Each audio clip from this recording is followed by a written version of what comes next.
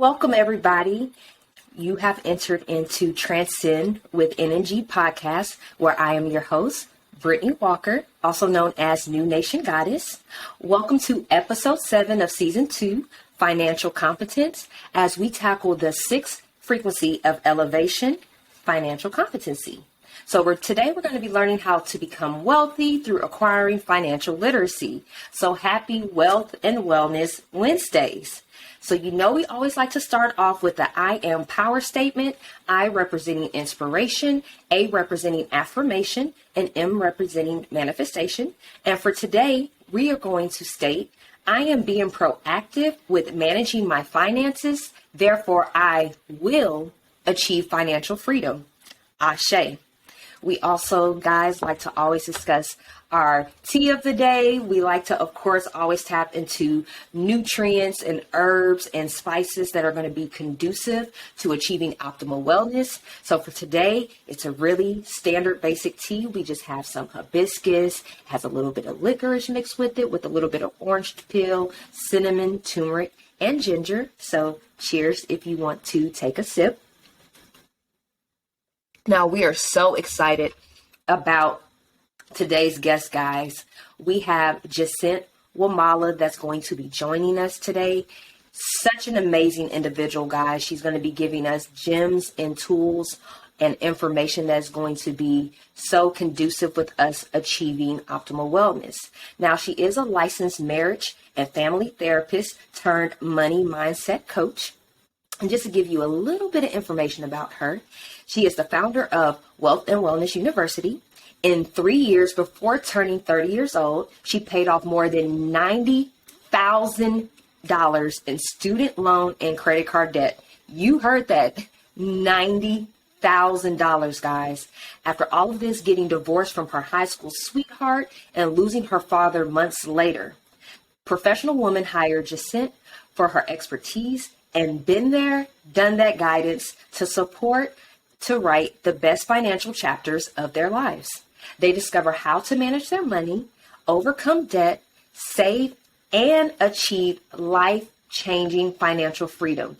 Guys, please welcome Jacint Wamala. Hi, Jacint. I'm excited to have this conversation. Financial literacy is one of my favorite things to talk about. I'm constantly growing and learning in it, so I'm not here to be perfect. I'm here to share what's been helpful for me and hopefully inspire and motivate y'all to keep going. I love that. Love that. Yes, guys, I hope you have your pens and pads ready to take all of these amazing notes that we're going to be talking about today. So before we get started, I like to discuss the book of the day. And typically during my first season, I would pull books that were helpful for me with each one of the frequencies of elevation. But I would love for you to tell the crowd what book has inspired you the most or helped you to achieve your purpose. Yeah, so, I think it was 2014 when I first read Lies We Tell Ourselves, The Psychology of Self-Deception, right? And I've written a book, so some people will be like, well, it's your own book. And I love my book. Actually, I read it all the time. But it's not what inspired me to kind of get to the point of where I am today. Reading Lies We Tell Ourselves in 2014, which is a quick little 50-page book, snatched me up and helped me to choose honesty instead of practicing self-deception, which I think a lot of us end up doing in our lives. And what actually holds us back is that we spend a lot of time just not being honest with ourselves about where we are, about what we want, about how, we can get there. And so that for me is the number one book recommendation that I give all the time. I have my students read it, and whenever they do, they're like, okay, this is really eye-opening. And so that's my number one book recommendation. I highly suggest y'all get it, but I'm going to give a disclaimer that it will drag you for a good 50 pages. You're going to have to look yourself in the mirror. So if you ain't ready for that, then don't read it. But if you are ready for, evolution and being able to go to the next level within yourself, then I highly suggest it.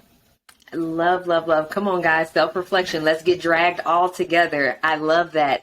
And then you did mention your book. Can you please give us some more details about your book and your services that you offer, please? Yes. So my book is The Financial Freedom Formula, 5 Steps to Decrease Debt, Increase Your Income, and Save Money. And my book, I really wrote as a way to encapsulate what I have learned up until this point for it to be accessible and kind of a do-it-yourself option for those who are, self-starters, want to learn more about maybe my story and how I personally paid off, money, and also have helped my students. So it's not just my story, it's also in every chapter, stories from students of mine who have been able to pay down debt, increase their income, save money, and create financial freedom faster. And so I think it's easy to write off when you hear one story about someone to say, oh, well, they could do it. That doesn't mean that I'll be able to. And so I wanted to include those stories because it's not just me. I'm not a unicorn. There are other women who are able to really go from scarcity to abundance and start to evolve into a more attractive, magnetic being for prosperity and abundance and health and wealth and all of those things. And so it's a do-it-yourself option. It has money moves in every chapter. It's written in my voice, so it's funny because people will read it and say, like, I can hear you talking, those who know me or have been in my community for some time. And so it's really conversational. And I really hope to just break down this money topic and make it easier to digest, and give some, hopeful tips that will help people make progress too. I love, love, love that. First of all, I just want to send gratitude to you, Goddess, for one, finding this purpose, wanting to educate the culture, but your energy is infectious. Like, I absolutely love your energy. So I just want to say thank you for helping us and serving us and educating and healing. Because like we said, just on, yes, now you're a money mindset turned coach, but then we have to go back to your original career. Like, you're all about wellness, sustainability. I love that. So thank you so much for that. I appreciate it. Yeah, it helps me to know I'm headed in the right direction. And, at the end of the day, I just want to help more women like me be able to have freedom and flexibility and options. And it's possible for us. It can be discouraging when you're trying to make progress and you hit a roadblock. You save some money, then you have to spend it. You get a new job and you hate it, or whatever the case may be. It's not easy, but it's necessary, and it's called growing pains, not growing feels good. So I hope to encourage along the way. Absolutely. If you're too comfortable, it's time to get a little bit uncomfortable. Absolutely. So let's go ahead and get started with this amazing conversation. So what does financial freedom mean to you? Yeah, I think that financial freedom, if you were to ask some, means the outcome of everything that you're doing. But I think financial freedom is the journey. I think financial freedom is the process. It's the choice that you make one time and then every single day to collaborate with your money, to heal maybe your relationship with money, heal that relationship with yourself in order to become whatever version of you has the things that you see in your mind, that vision. And so for me, I think financial freedom more so is about the experience that you get to have in the process of becoming more and more abundant and prosperous, as opposed to when the debt is paid off, as opposed to when you have millions of dollars, as opposed to when you're sitting on a beach. And you know what I mean? So I think that it's easy to put a destination on the other side of something, but the only way you're ever going to get there is in the journey, in the process of taking every step. And so I feel free. I felt free when I decided to pay down my debt because I said, I'm the one that's going to do this for myself. I felt free when I, was sending payments. When I had to use my emergency fund, I got in a car accident and I had to spend the money. I felt free because I had some money saved to be able to pay for that. And so I think that if we change the way that we define certain things, it actually helps us to feel better, feel more of what we want in the moment. Absolutely. I love that answer. Thank you so much for that.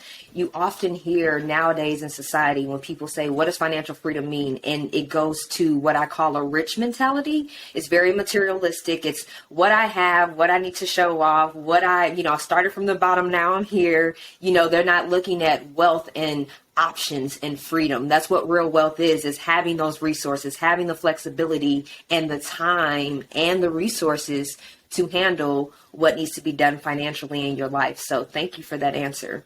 What do you feel like, what was the defining moment when you knew it was time to educate others about financial freedom? Man, I think there's levels to it. All I knew was that I was doing something and that it was, getting me results of some kind. And then people ask me questions. And so I've always known and learned from other, mentors and business people that the lowest hanging fruit and the best way to serve is to answer the questions that people are already asking you. Like, you don't have to go searching for what you're good at or what you could monetize. Yeah. People are going to tell you. If you're really great at cooking, they're going to tell you. If you're really great at hair, they're going to tell you. So I think that, that came as a result of not necessarily trying to monetize, but what questions was I being asked regularly? And how could I answer those questions to be able to help people to make progress in their journey, whatever that meant for them? And so I think that happened in layers as people were asking me questions and, because I was sharing my journey. So I was just sharing, what I was doing, online, and I told friends and things like that. And so from that organic sharing is where those questions kind of came from. And it really was just, this is what I'm doing. This is how I'm doing it. This is the option and the pathway that I'm trying. And here's the information. But I think when people got results, it was like, oh, I'm not a unicorn. Like, other people can make this happen. And so I think that as I would share answers and share information and tips and tricks and things like that, and people would get results, they're paying down their credit cards, they're seeing their credit score go up, they're feeling more confident, they're choosing honesty, they're, reading the books I recommend. I think as people were getting results, that's where I was like, oh, okay, like everything that I went through in my journey was maybe not about me. Because when I started my debt-free journey, it was because I'm borderline bougie. I shop at Ross, but I want to spend as much money as I possibly would like on, real food and traveling and experience. Yes. So it's like, I'm a little bit of both, right? So it was really selfish when I started my debt-free journey. But then I realized, okay, this isn't just about me and what I want. Maybe all of this, happened in my life so that I could share my experience and that it would encourage other people, that it would motivate, mobilize, inspire others to do whatever their version of their journey looks like. And so I think that when people got results, I was like, whoa, maybe I should be intentional about this.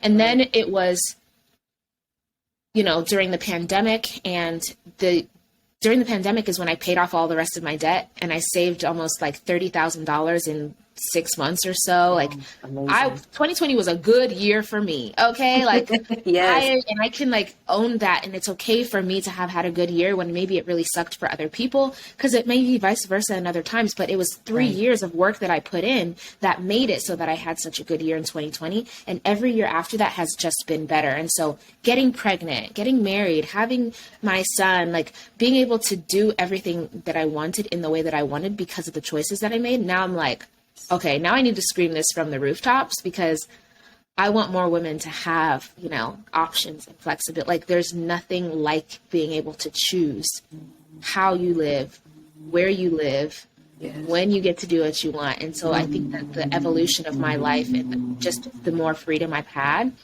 has made it more and more clear. So I think it's like layers, Absolutely. Absolutely. You touched on so many great layers. So starting with 2020, it was a bad year for a lot of people, but I love how you made the best of it, because we all have the same 24 hours in the day. We all have gone through ups and downs, different times in our lives, but you took advantage of that opportunity in the pandemic to make a better future for yourself. So congratulations on coming up on that third year with this money move that you made. You also mentioned about the bouginess. That was funny for me, because I felt the same way. Like, okay, well, I can, go get something from, like you said, Ross, Marshalls, Amazon, whatever I want to do. But when I travel, it's going to be on point. When I want to go out and have a real fine dining dinner, it's going to be on point. So I love that you talked about that, but then being able to differentiate from, okay, let me come off of that a little bit and kind of let me take my ego down a bit. And then, like you said, be more intentional. So that shift, I've seen a lot of successful entrepreneurs that made that same type of shift around the same amount of time. So I'm just loving all of these wonderful healers and educators that are coming out the pandemic and really making moves for us. So how does it feel to no longer be shackled by debt? What does that feeling feel like? The way that I describe it is like, I mean, I don't personally love like Disneyland or whatever, but the way that I describe it is when you're going to an amusement park and you're driving up and you start to see all the rides and you're like, ooh, you know what I mean? Like, you're getting closer, right? You park the car, you get out, you're getting excited because you know what's on the inside of the park. To me, debt is like being stuck in line outside the park. And you know that there's a churro on the inside, a turkey. Like, I don't even eat meat or dairy anymore, but you know that like there's good stuff happening on the inside of the park, but you're stuck outside and you're in line waiting to pay your ticket to go in and have some fun, Yep. Getting out of debt is like finally walking into the amusement park, getting your little map, being able to open it up, and it's like you can go anywhere and do anything. Not that you can't do anything when you have debt. So don't get me wrong that you can't live to a certain extent with debt, because you can. But what I find is a lot of the ladies that, resonate with me is that for them, they don't feel completely able to just live the way they want to because of the debt. So if you're a person that the debt doesn't bother you and you can sleep at night and whatever, you're living your best life, cool. Keep doing you if that's working.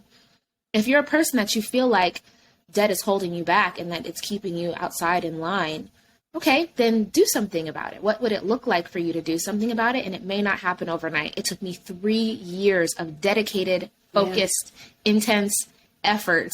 I was single. I did not have children. I did have a specific situation that made it the way that it was, but I was also okay if the debt was there for another 5 years, 10 years. I detached myself from the outcome and I got laser focused on putting my feet down every single day to make progress today. And so I think that it feels like, freedom, right? Liberation. It feels like, what's next? What can I not do? Like I can do anything. And I already knew that to some extent logically.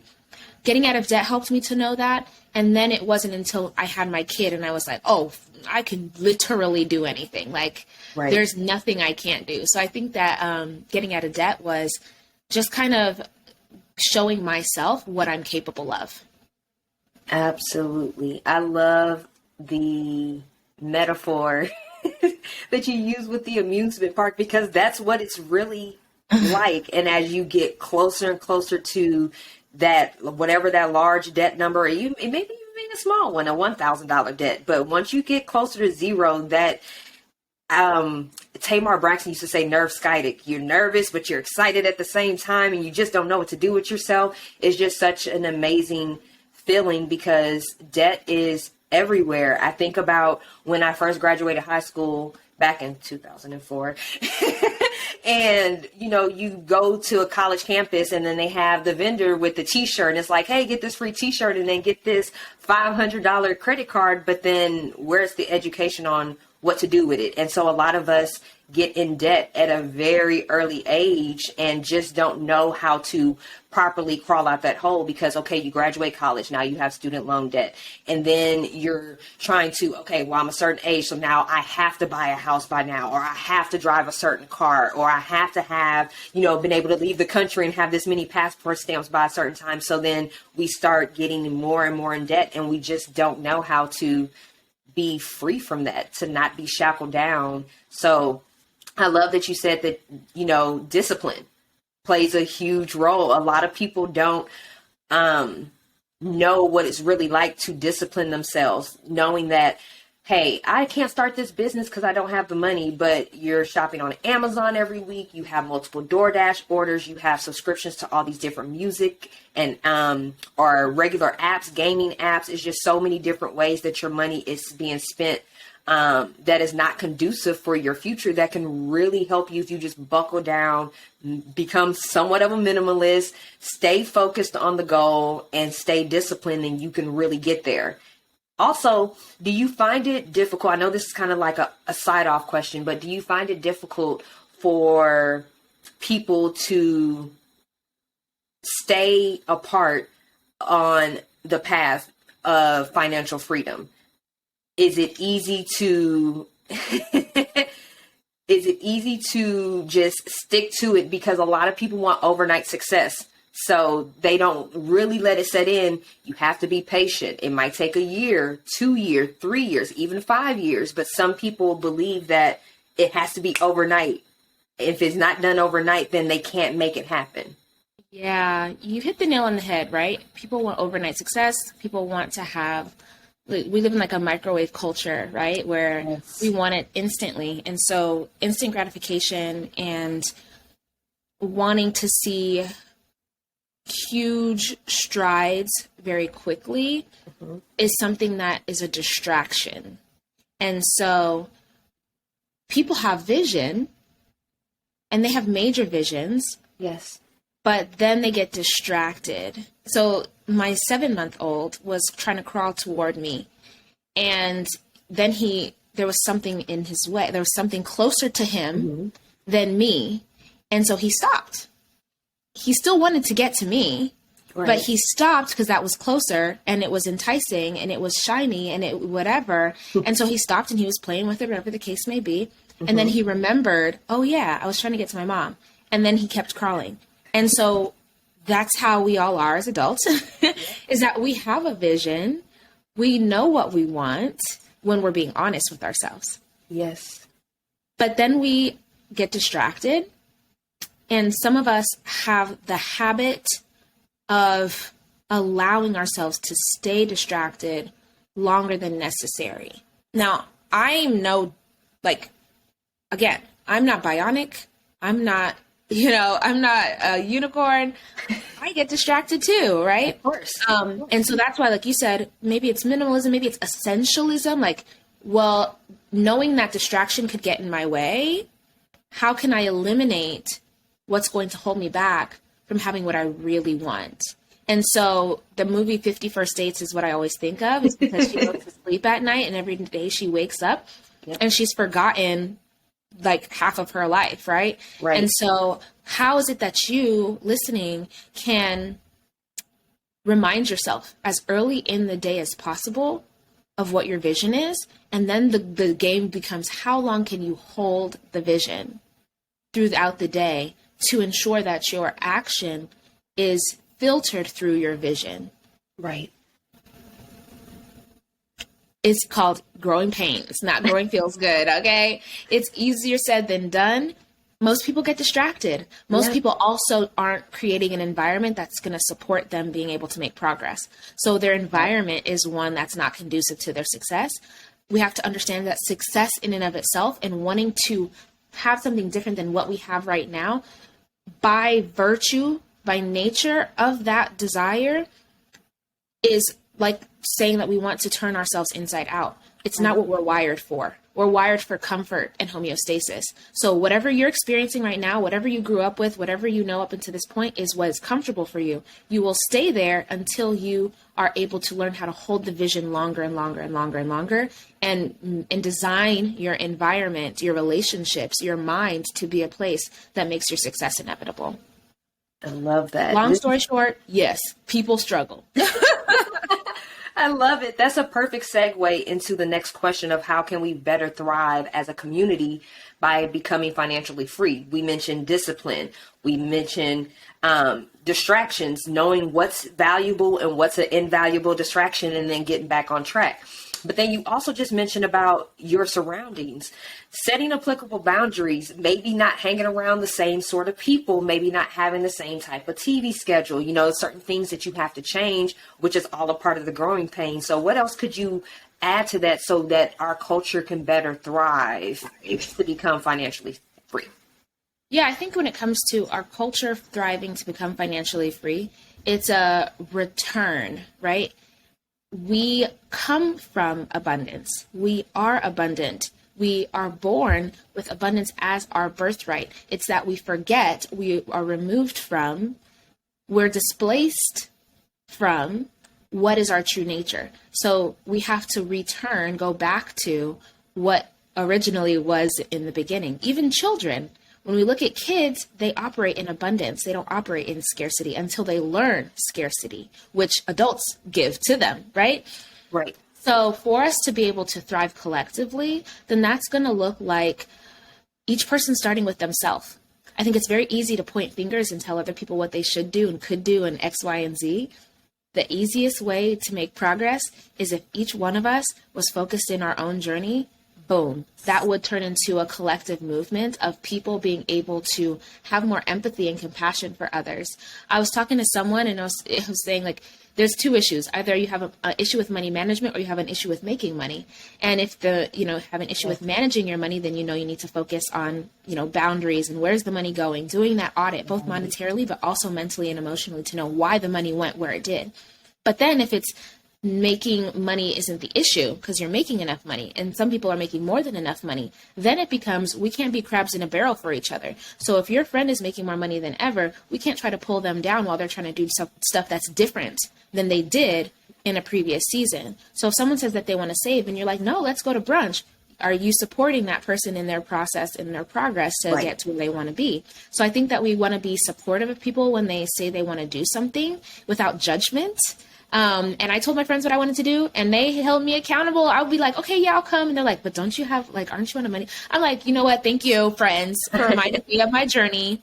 And there were many a times that I went to dinner and I brought my own food or I didn't eat because I ate at home. You know what I mean? So I don't think we have to cut relationships off, but we need to be healthier in our relationships so that people can feel comfortable to go after their dreams. We're not responsible for anyone else's dreams, but how can I cheer someone on, even if it's different than what I'm doing, even if it's not necessarily what I would envision, and really starting with each one of us going within and looking at ourselves in our own situations, which is what is challenging for most.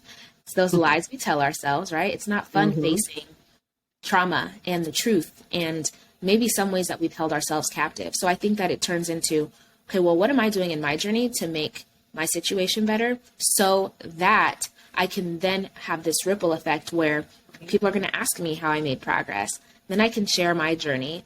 Then I can start giving back, those things, because a lot of people want to serve and give, but a lot of people, especially in our community, are giving and they don't have it to give.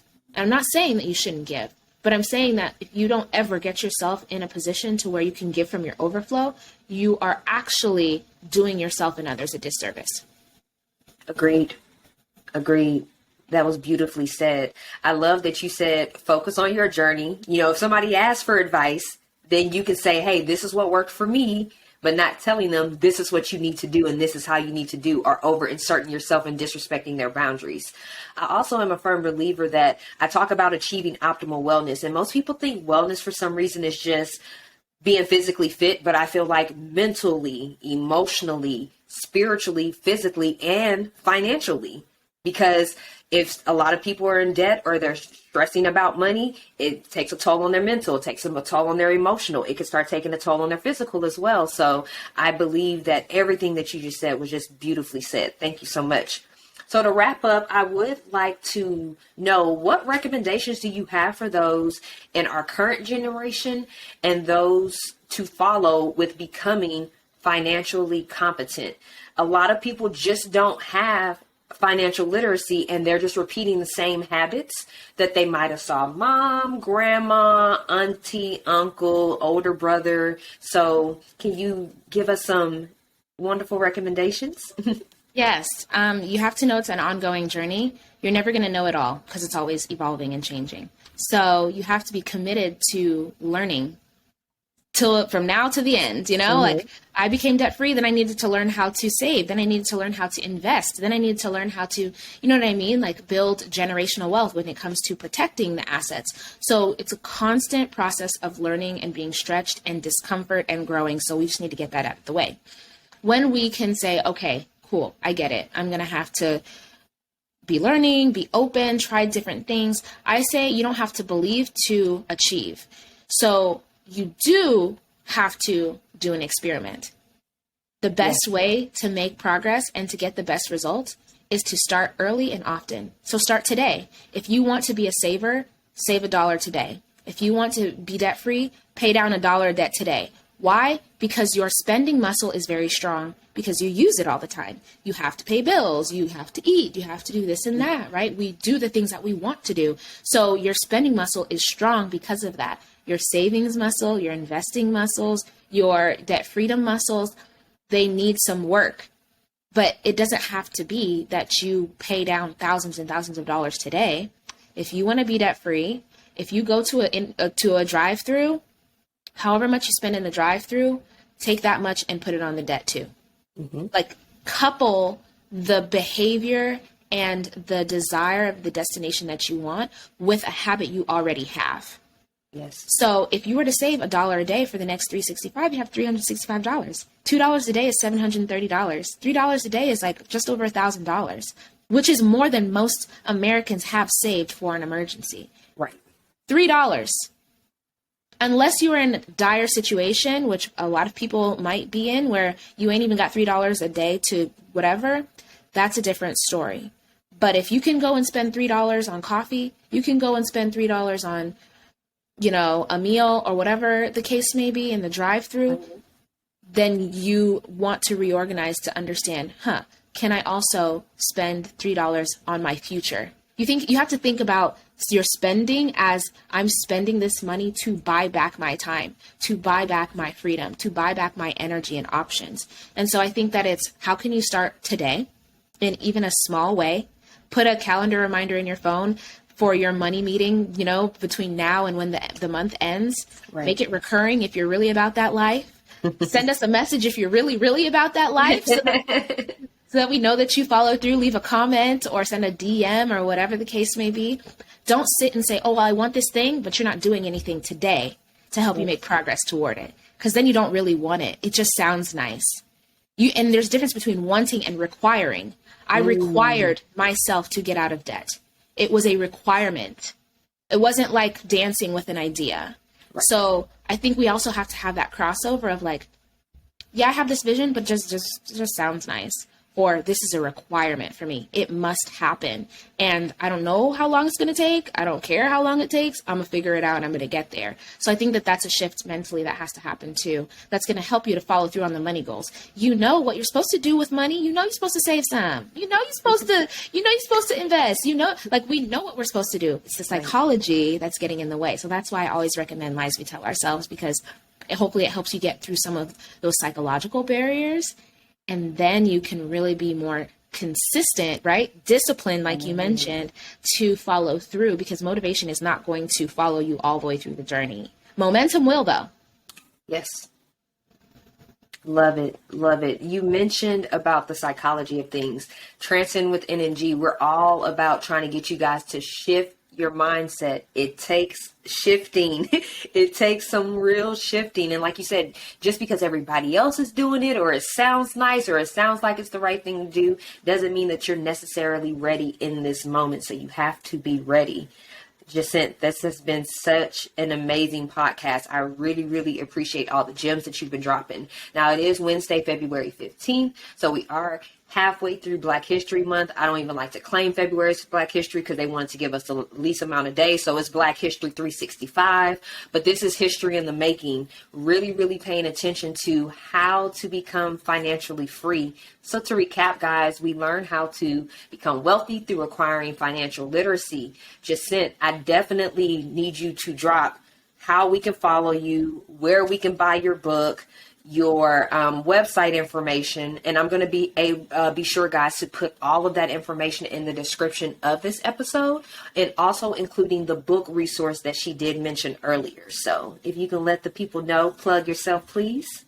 Thank you so much for hosting me. I appreciate you creating space for us to have these conversations. This is how we move forward, is in collaboration, connecting and conversing about things that we aren't talking about on a daily basis. So I have to express my deep gratitude for you and this space.